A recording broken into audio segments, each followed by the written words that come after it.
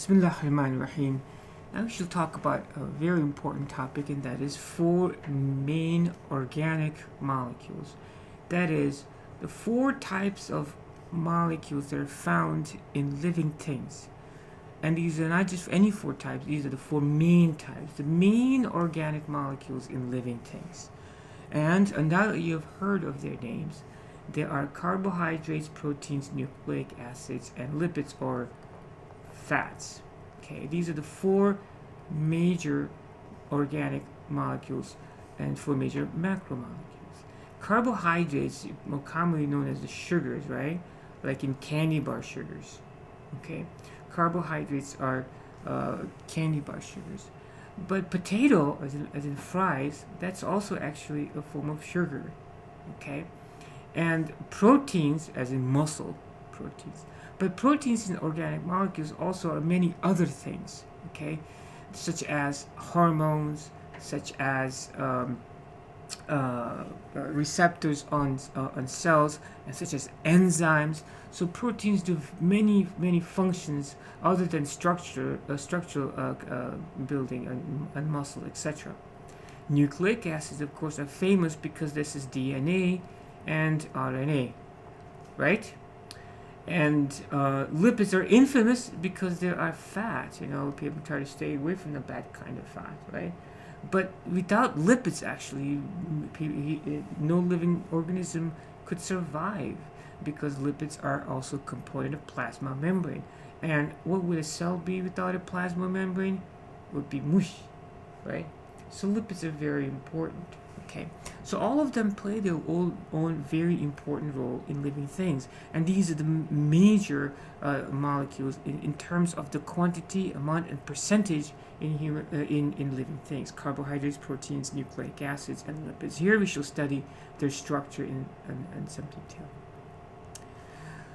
As you recall, living things are made of carbon. They're carbon based. In other words, carbon is like the backbone atom of these molecules. Now, carbon is not the most common atom, right? For example, water by weight is the majority of the weight of a human being. Like 70% of the person is water. There's no carbon in water, right? So it's not by weight, it's not by number, but carbon forms the backbone of all of these important organic macromolecules. And the reason for that is because of peculiar characteristics, beautiful, unique characteristics of carbon. And as we know from before, carbon has 4 valence electrons, right? 4 valence electrons. In other words, it needs 4 more electrons in its outermost orbital to completely fill the orbital and for it to be happy. So it's looking for 4 electrons. Another way of saying that is it's looking to make 4 bonds with other atoms. Okay, it's like it wants to do 4 handshakes, right? Each handshake being a bond. So that's what carbon does. Carbon has an ability to make 4 bonds. Okay, so here's a depiction of carbon. There's 2 electrons, and then there are 4 electrons in the outer orbital. Now, if it combines with 4 hydrogens, right, it can make this. See, this is methane gas. So this is carbon attached to 4 hydrogen, both sharing their electrons over there to make methane. So the key thing here is that carbon, it has the ability to make 4 bonds. Okay, so that's that. Now, it can go bond crazy. Actually, carbon can make like 4 bonds like this, or it can make 3 bonds with hydrogen and attach to another carbon like here and make it like this, and it can do this, and whoa, it can do amazing type of things. In fact, carbon can like bond like this and make just a very long carbon chains like this. Okay, and I'm going to end it over here, and you can just like go crazy with this. Like you can have like I don't know, thousands of carbons straight like this.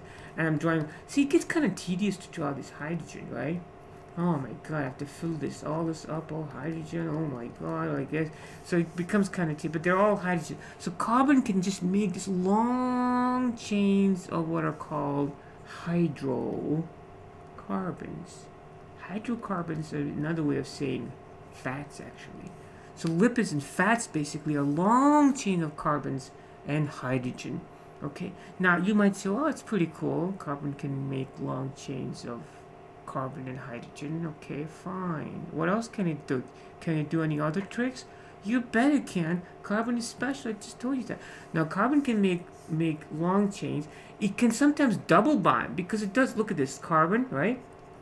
Now here is carbon is attached to another carbon. It's like double bonding, like double handshake. So this carbon has 4 bonds, got 4 bonds, right? So it's sharing 2 of its electrons with this carbon. This carbon is sharing 2 of its electrons, make 2 bonds with one atom. Oh yeah. Okay. It can do that. Oh yeah, what else can it do? Well, it can even make rings. Carbon can attach like 1, 2, 3, 4, 5. Look at the 6 carbons attached to each other in a circle. When was the last time you saw oxygen do that? No, it didn't. You never saw oxygen do that. You never saw oxygen do it? No. Neither have I, actually. But carbon can do it. Okay? Carbon can make 6-membered rings. It can also make 5-membered rings like this, you know? Like this. See? So carbon can make rings. So carbon is a very versatile atom. It can do many different things and make many different types of molecules. Here's methane. Simple. It can make single bonds. It can make double bonds. And uncommonly, it can even make triple bonds. How cool is that? Here's single bond, double bond, and triple bond. And here the carbon ring. And this ring, actually, this is benzene ring. Famous. It just looks cool. Right? So that's benzene ring. Now the 4 macromolecule. Macro means big. Molecules means molecule. Some molecules are very small. For example, methane. That's a tiny molecule. Compared to a protein, methane is like nothing. Proteins are humongous big molecules. Okay? So when we say macromolecules, we mean they're big. They're gigantic big. You follow? They're very big molecules.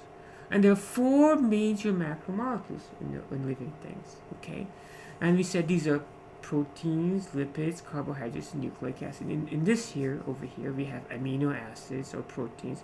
I'm going to say proteins here. Okay, this is nucleic acids as DNA, RNA. And these are sugars or carbohydrates. Sometimes they give them a cool abbreviation, CO. Yeah, oh yeah, cool. And then these are lipids or fats. And I suggested lipids are just long chains of hydrocarbons, right? Look at this, long chain. And the one end, they typically have this oxygen-rich group. That's called a carboxyl group, if you want to know. Okay, so that's lipid. And sometimes they travel in triplets.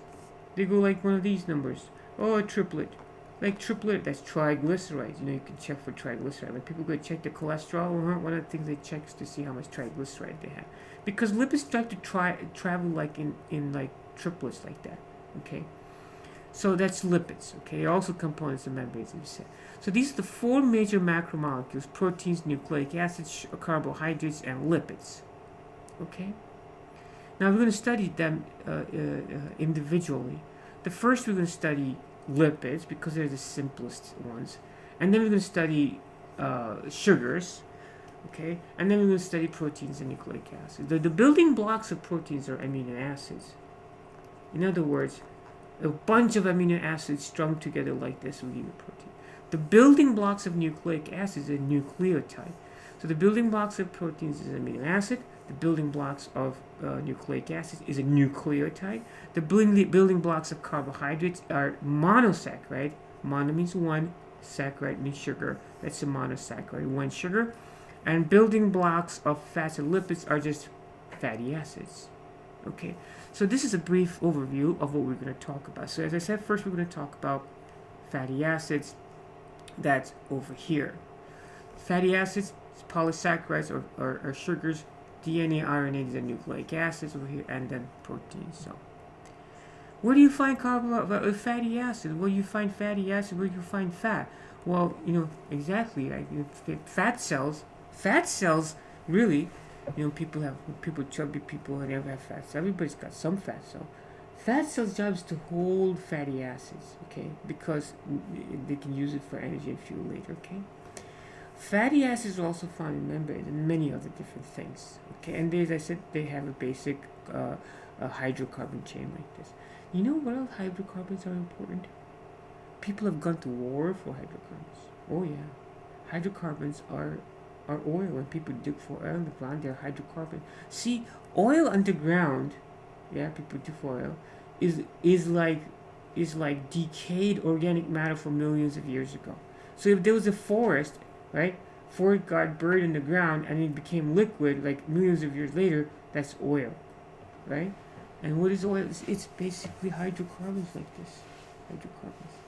Okay, fatty acids. Now sugars are produced by plants as a process of photosynthesis. That's why this carbohydrate is doing over here.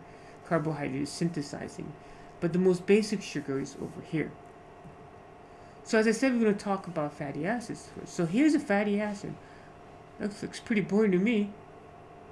Yeah, you're done. Talking about what is it? It's this long hydrocarbon chain. And on one side it's attached to this carboxyl group, right? Okay.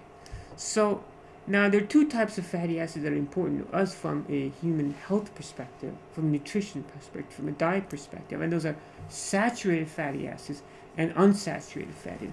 Now when you say saturated, when something is saturated, it means it's like soaked, right? You know what I'm saying? If the sponge is soaked with water, it's saturated water, right? It's full of water. So when a fatty acid is saturated or it's soaked or it's full, okay? Full of what? Full of hydrogen. It has maximum number of hydrogens it can. Okay? But how do you get it unsoaked? Well, if you remove hydrogen, it becomes unsaturated or unsoaked, right? Because carbon, these two carbons, they can bond with each other and get rid of the hydrogens over there. So if you don't need uranium, it can be made. You follow? Yeah? So when carbon lose the hydrogens and they make double bonds like this, then it's not as saturated, then it becomes an unsaturated fat. So two types of fat. Saturated, completely saturated, right? That's what it means. Unsaturated means that there are bonds. Now you notice something about this, right? Right? You noticed something. I don't know about you, but I did. I don't know. What did you notice over here? You notice anything? I don't know. But look at this. This one is like, oh, straight, right? And this one is go, oh, ooh, what happened there? Kinked. Is it photocopying error? No. See, anytime there's a double bond here, it actually kind of creates a kink in the fatty acid. You understand? So when you unsaturated fats are kinky fats, right? They have these kinks. Now, let's imagine if you have like a stack of, nice paper, like just nice paper, you stack them up nice. They stack like this, right? Right? But if the papers are crumpled and like this, they kind of stack like that, right? You follow? Right? That's what happens, right? Saturated fatty acids can stack up really good. They tend to be solids at room temperature, whereas unsaturated fatty acids tend to be liquid at room temperature. See, saturated, double bond, kink. See that? Whoa, that's quite a bit of a kink. So look, I just told you, saturated. See, they're solid at room temperature. Unsaturated, right? Unsaturated, they're liquid at room temperature. Easy as that. The butter is hard. Why? Because it's saturated. It can stack better. Okay? The oil here is unsaturated, right? So it's liquid at room temperature. Does that make sense? So now, there are three fatty acids attached to a glycerol backbone. Remember I told you they like to travel in triplets like this. When they do that, when they form this triplet, that's a triglyceride. Tri-3-glyceride. So this backbone that hooks them together is a glycerol backbone. Fatty acid is triglyceride. Okay? So that's the basic structure of fatty acids. Now, simplistically, unsaturated fats, okay, versus bad saturated fats. So you try to avoid butter and saturated fats. Unsaturated, you try to avoid, all things in moderation in general, period. But in general, health-wise, at least, saturated fats are worse. So don't be eating them butter sticks, right? Easy on the butter and the popcorn, right? I'm saying it's like that. Here's a more different types of representation. There are different ways to draw molecules. See, I'm trying to expose you to that. This is a stick figure with over here. This is a three-dimensional type looking figure. Okay, and you can see in this three-dimensional picture, wherever there's a double bond, it creates a kink in the molecule. So that's our brief survey of fatty acids. And now we're going to talk about sugars. Sugars are everybody's favorite, right? So sugars are everybody's favorite, as I was saying. So we have to know what sugars look like. Okay. Now it just says fatty acids are very easy, right, to draw. Okay. So fatty acids. You want to draw a fatty acid? Just string some carbons together like this. Now I just do want to review this. Okay. Now drawing fatty acids like this can become cumbersome. Okay. Like put all the hydrogens and hydrogens and hydrogens and hydrogens and like that, right? So there's short forms for this, right? So what you do is, okay, let's just skip all the hydrogens, because what else is gonna be there, right? Okay, what if it's a nitrogen there? Well, how often do you see a nitrogen? If it's nitrogen there, put the nitrogen, right? But if it's not nitrogen, and if you don't put anything, it's assumed that it's going to be hydrogen, because that's going to be very common, okay? So one thing we do to simplify and make it easy for us to write these macromolecules is just to not write the hydrogen, you assume. And the second thing we do is just not write the carbon. Wait, then you have nothing to write, right? No, I didn't mean you don't not write the carbon. What you do is this, okay? Let's say if you want to draw this, okay? You put like this, okay? You pretend there's carbon like this, okay? So you just make like ziggity-zaggity lines over here. Okay, and at every turn there's a carbon. Okay, so this molecule that I drew over here is 1, 2, 3, 4. There are 5 carbons there. Okay, so this is a short version to draw macromolecules. Okay, anytime you want to draw a macromolecule like this, you do that. Now I'm going to draw a sugar for you. Why? Because I feel like it. Okay, so sugar. Every sugar must have this component. Okay. They must have a ring. They must have a ring. What kind of ring? Well, they must have a 6-member ring or a 5-membered ring. In other words, they look like this, okay? And then not just any kind of ring, mind you. You must notice that they have something special about this ring. What do you think is special about this ring? Well, it's not all carbon, right? One of the places in the ring is occupied by an oxygen. So either there are a 6-member ring or they're 5-member ring. Now notice that there's a carbon here, carbon here, carbon here, carbon here, carbon here that I didn't draw, because by convention, if there's a kink over there, there's a carbon there. Okay, in these drawings. Okay, so this is it. Every sugar must have this. Now, if, for example, if I give you a molecule like this, is this a sugar? Like this? Is it sugar? No, it's not. That's benzene, actually. You know why? Because there's no oxygen there. So not a sugar. So every sugar must have a 5 or 6-membered ring with one of the corners being occupied by oxygen. So I'm going to try to draw for you one sugar over here, okay? Now in 3D you kind of can make them kind of cool actually. Watch this, okay? I'm going to try to draw one time at least kind of neatly, you know what I'm saying?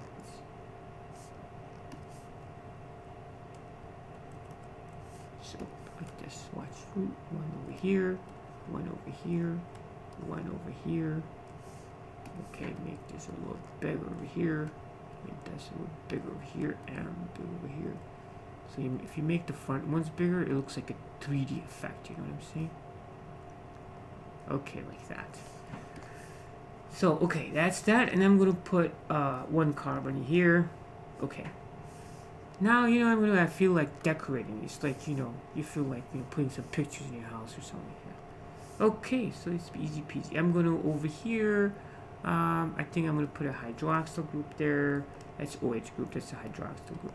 You know, a little decoration here. A little decoration here because, you know, it looks cool. Now let's put one over here.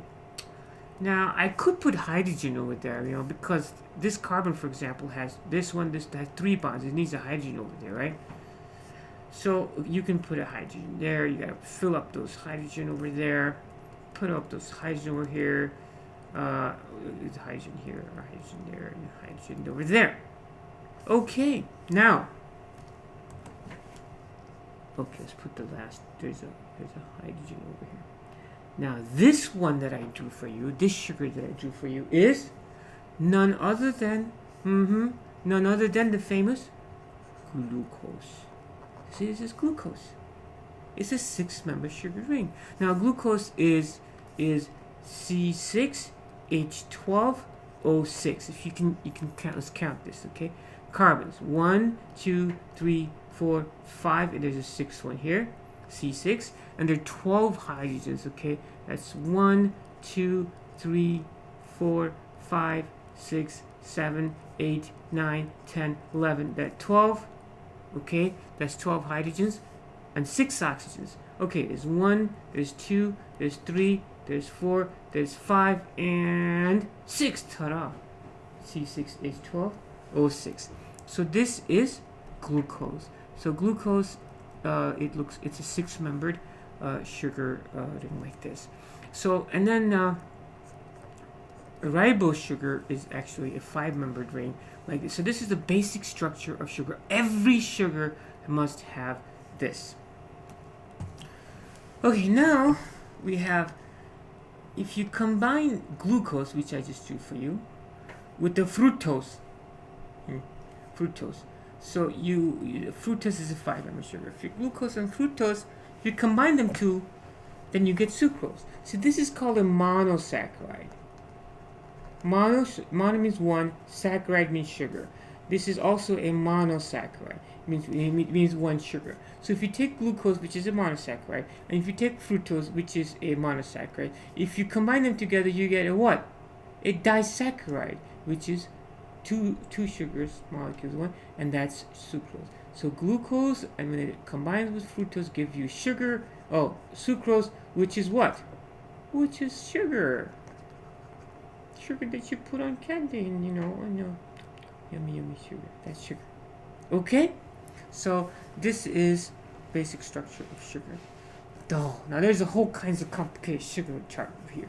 Carbohydrates are sugar. Monosaccharide means one sugar, the baby sugar. Glucose we talked about, fructose we talked about, galactose, another monosaccharide. If they combine together, they give you disaccharide, it means 2 sugars in one. We talked about sucrose. There's lactose. People with lactose intolerant can't digest that one. There's maltose. Then there are polysaccharides. Polysaccharides are like thousands of sugar molecules put together, like one after another after another. Starch is one, glycogen is one, cellulose is with its plant bark, yeah? So starches, glycogen, okay, this is a stored form of sugars. And so these are all polysaccharides, okay? For example, look at this. You see the sugar ring, right? Now, I don't think that's sugar, technically. I don't think so. Because there's no oxygen there, right? Give them a break, all right? They're not going to draw it, make it complicated. They're telling you it's a sugar ring, okay? So, this is supposed to be a sugar. There's technically oxygen in one of the corners, right? It's okay, a little bit. Right, do you understand? But if you attach sugar to a very straight form, you get starch. If you attach them slightly like this, you get cellulose. Okay? And you attach them in a funky like this, you get xanthan gum. Yeah, this is bubble gum. They're sticky. You can't digest it. You don't have enzymes to digest it. Keep at it. We can't digest it, see? We can't break it. Xanthan gum. Next time you chew bubble gum, check it out. Sugar. But sugar you cannot digest. Okay, so we talked about, what did we talk about? We talked about lipids, and we talked about sugars. These are the 2 important macromolecules. And then we have to talk about 2 other very important macromolecules, which are proteins, whose building blocks are amino acids, and nucleic acids, whose building blocks are nucleotides. And we shall do that, inshallah, next time after a pause. Until then, as-salatu was-salamu ala rasulillah. Assalamu alaikum.